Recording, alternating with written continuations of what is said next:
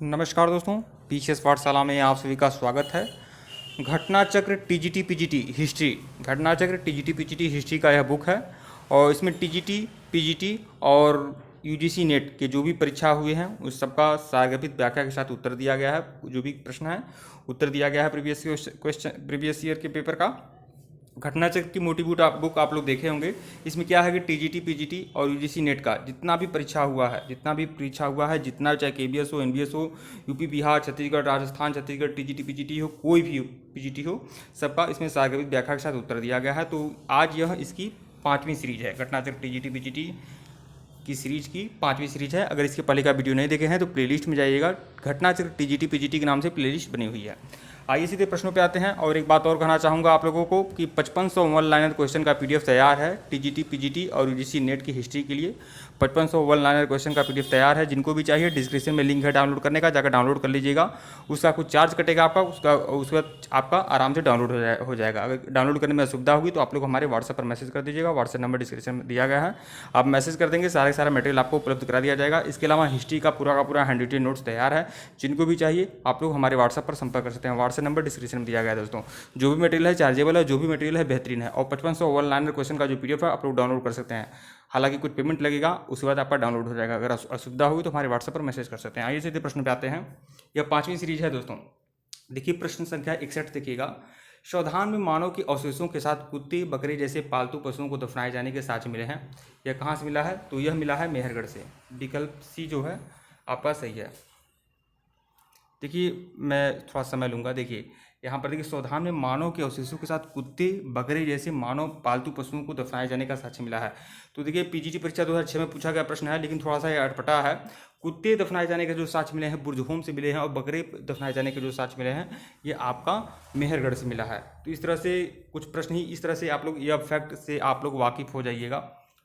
तो देखिए जम्मू कश्मीर में श्रीनगर के निकट उत्तर पश्चिम में स्थित बुरजहोम से नवपाषाणिक अवस्था में मानव कंकाल के साथ कुत्ते का कंकाल भी सावधान से प्राप्त हुआ है। यहाँ पर प्रश्न ही गलत था।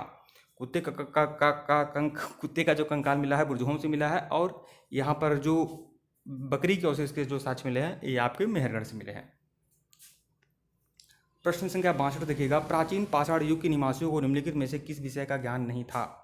तो किस विषय का ज्ञान नहीं था? प्राचीन पाषाण युग के निवासियों को निम्नलिखित में से किस विषय का ज्ञान था?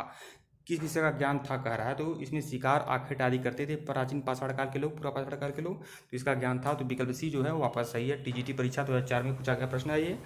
पाषाण युग के मानव को कृषि का ज्ञान नहीं था। वह वनों से प्राप्त फल फूल, आखेट से मारे गए पशु, नदियों एवं झीलों से पकड़ी गई मछलियां आदि पर निर्भर था। अर्थात इस युग का मानव शिकारी व खाद्य संग्राहक था। तो बाकी चीज़ का ज्ञान नहीं था, लेकिन शिकार का ज्ञान था। प्रश्न संख्या 63 देखिएगा। पूरा पाषाणकालीन मानव का मुख्य व्यवसाय क्या था? तो क्या व्यवसाय था? तो आखेट करना ही उनका मुख्य व्यवसाय है। प्रश्न संख्या 64 देखिएगा। निम्न में से किस एक पुरास्थल से नवपाषाण संस्कृति से लेकर हड़प्पा सभ्यता तक के सांस्कृतिक अवशेष प्राप्त हुए हैं? तो मेहरगढ़ से में पूरा पाषाण काल से लेकर नवपाषाण काल तक के सभी, नवपाषाण काल, पूरा पाषाण काल, मध्य पाषाण काल, नवपाषाण काल, यहाँ तक कि आपके हड़प्पा सभ्यता तक के भी सभी सांस्कृतिक अवशेष प्राप्त हुए हैं। तो वह प्राप्त हुए हैं मेहरगढ़ से प्राप्त हुए हैं। मेहरगढ़ जो है पाकिस्तान के बलूचिस्तान प्रांत में मेहरगढ़ है। यहाँ पर पूरा पाषाण काल से लेकर नवपाषाण काल तक और हड़प्पा सभ्यता तक के सभी सांस्कृतिक अवशेष प्राप्त हुए हैं। प्रश्न संख्या 65 देखिएगा। प्रागैतिहासिक युग में मानव कहाँ रहता था? प्रागैतिहासिक युग में जो मानव रहता था कहाँ रहता था? मचान पर, कंदरा में, झोपड़ी में, या इन सभी में? तो इन सभी में रहता था। प्रागैतिहासिक युग में मानव कहाँ रहता था? कंदराओं में रहता था, मतलब गुफाओं में रहता था, झोपड़ियों पे रहता था, मचान बनाकर, कभी कभी वह वृक्षों के पर भी मचान बनाकर रहता था। तो यह बात ध्यान में रखिएगा आप लोग। प्रश्न संख्या 66 देखिएगा। निम्नलिखित में से कौन सा प्रागैतिहासिक स्थल नहीं है? प्रागैतिहासिक स्थल कौन सा नहीं है ये बताना है आपको।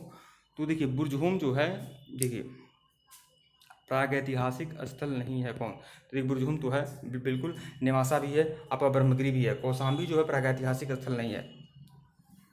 तो कौशाम्बी प्रागैतिहासिक स्थल नहीं है। शेष स्थल प्रागैतिहासिक कालीन है।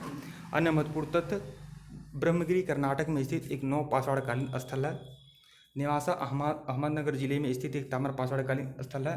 देखिए अहमदनगर जिला जो है महाराष्ट्र का, उसमें वहाँ पर जोरवे, नेवासा और दाइमाबाद 3 प्रकार के स्थल हैं, और तीनों ही ताम्र पाषाणकालीन स्थल हैं। प्रश्न संख्या 67 देखिएगा, मनुष्य ने कृषि का ज्ञान प्राप्त किया था। कृषि का ज्ञान कब प्राप्त किया था मनुष्य ने? तो नवपाषाण काल में। विकल्प सी जो है वापस सही है। खाद्यान्नों का उत्पादन सर्वप्रथम नवपाषाण काल में हुआ था। यही वह समय था जब मनुष्य कृषि कर्म से परिचित हुआ था।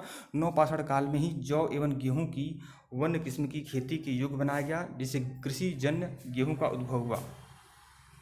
प्रश्न संख्या 68 देखिएगा, अनाज की उपज प्रथम बार प्रारंभ हुई थी। अनाज की उपज प्रथम बार प्रारंभ हुई थी। कब प्रारंभ हुई थी? नवपाषाण युग में। विकल्प ए जो है वापस सही है। प्रश्न संख्या देखिए, इसका व्याख्या देख लीजिएगा। खाद्यान्नों का उत्पादन सर्वप्रथम नवपाषाण काल में हुआ था। यही वह समय था जब मनुष्य कृषि कर्म से परिचित हुआ था।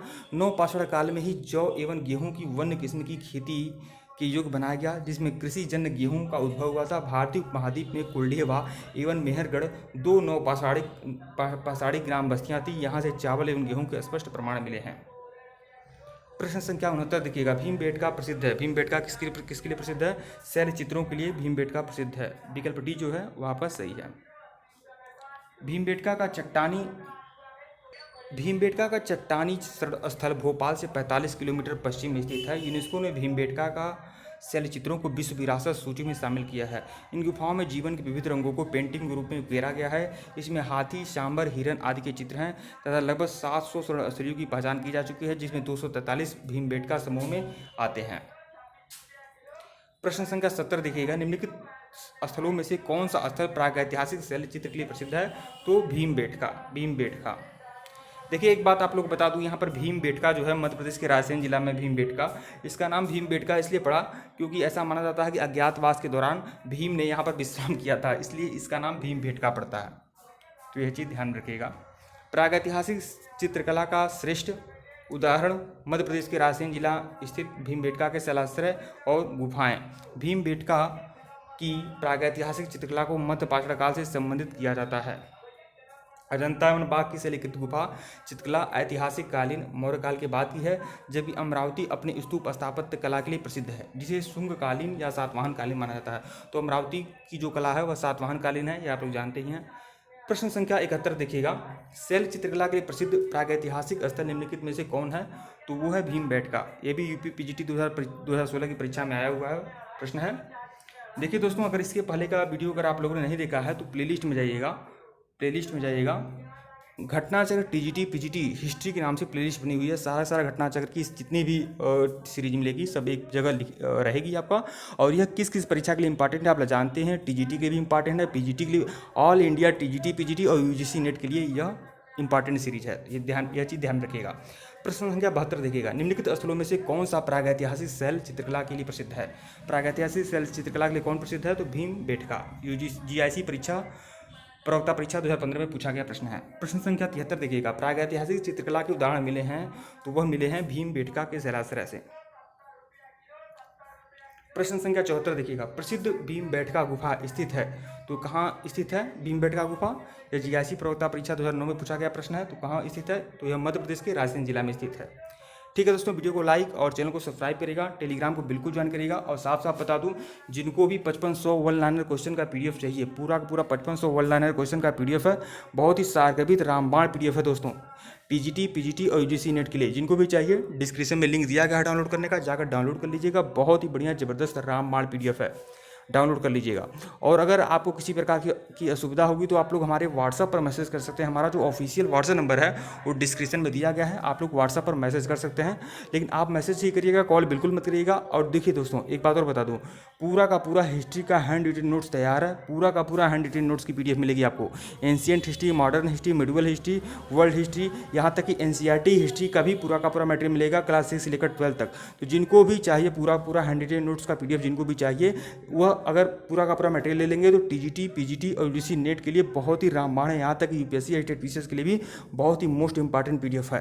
तो जिनको भी हिस्ट्री का पूरा most important handwritten note चाहिए, वो लोग हमारे व्हाट्सएप पर संपर्क कर सकते हैं। हमारा ऑफिशियल व्हाट्सएप नंबर जो है वह डिस्क्रिप्शन में दर्ज है, आप संपर्क कर लीजिएगा। आप मैसेज करिएगा, कॉल बिल्कुल मत करिएगा दोस्तों। और जो भी मटेरियल है चार्जेबल है, जो भी मटेरियल है बेहतरीन है, यह चीज़ ध्यान रखिएगा।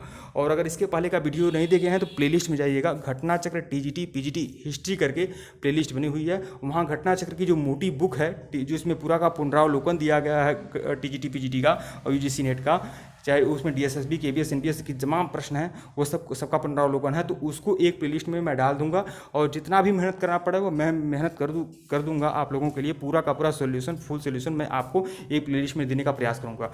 धन्यवाद आप लोग को।